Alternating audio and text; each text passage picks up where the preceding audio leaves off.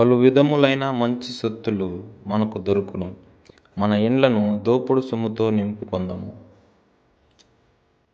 నీవు మాతో పాలివాడవై ఉండుము, మనకందరికిని సంచి ఒక్కటే ఉండును అని వారు నీతో చెప్పుదురు.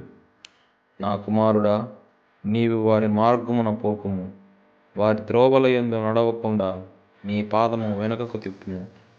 కీడు చేయుటకై వారి పాదములు పరుగులెత్తును, నరహత్య చేయుటకై వారు త్వరపడుచుందురు. పక్షి చుచ్చుండగా వలవేయుట వ్యర్థము. వారు స్వనాశనమునకే పొంచియుందురు, తమ్మును తామే పట్టుకొనుటకై దాగియుందురు. ఆశాపాతకులందరి గతి అట్టిదే, దానిని స్వీకరించు వారి ప్రాణము అది తీయును.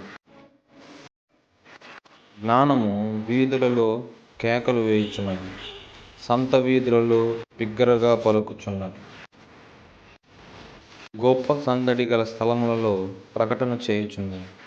పురద్వారములలోను పట్టణములోను జ్ఞానము ప్రచురించుచు తెలియజేయుచున్నది.